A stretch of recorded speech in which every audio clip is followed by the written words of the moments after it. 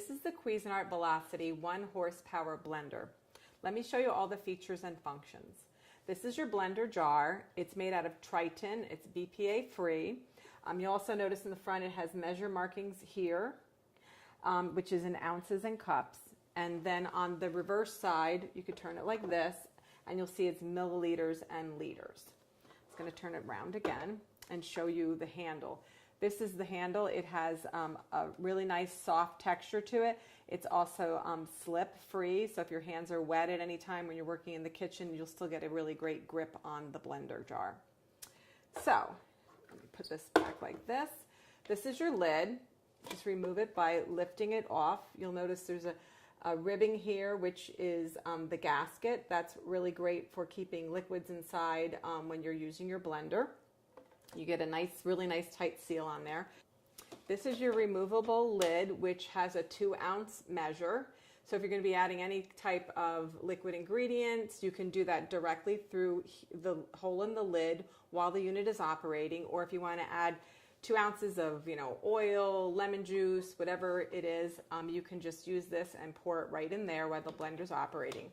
To re-engage it, just twist it until it's locked into place. Let me just show you the, this is your blade mechanism. It's going to unscrew it so you can see it.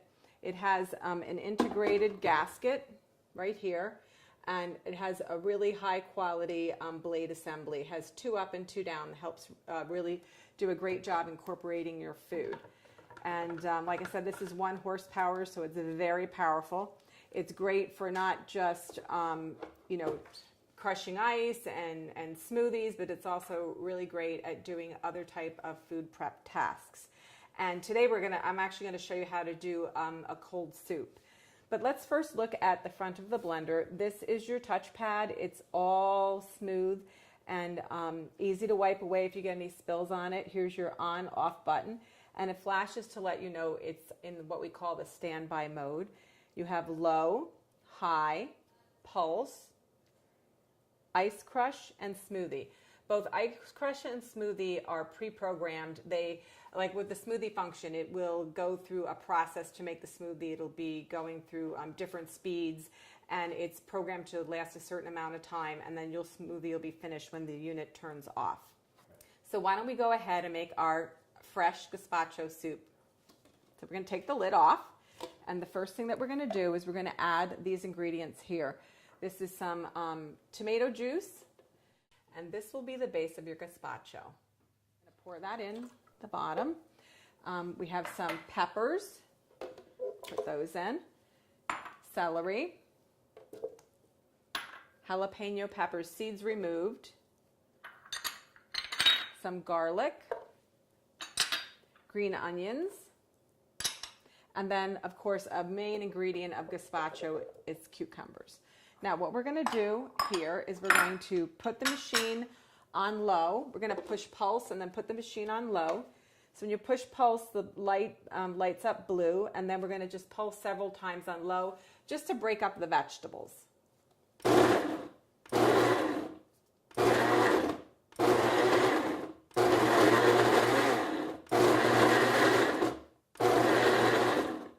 So you don't want them completely chopped up and made fine. You want some texture to the soup. So what we're going to do is going to pour this into the serving bowl. So you can just see it. So there's some texture to it. But it was very consistent in the way that it came out. Just going to put this back on here, like so. And then we're going to do the rest of the recipe. So we're going to add, once again, the remaining amount of tomato juice. And if you want, you can use other types of juices if you prefer. I prefer like a low sodium, so it's not too salty. And then our fresh tomatoes. And then with this, we're going to actually put the lid back on, like so. And here we're actually going to pulse it on high. But it depends on if you want it like completely smooth or you like more texture to it. I think that the part that we already did at the beginning has quite a bit of texture, so I'm going to process this all the way through. And to use the pulse feature, like I said, you just turn on pulse. You can use it with high or low, and you just press and hold the button for intermittent periods of time. We usually say about 1 second.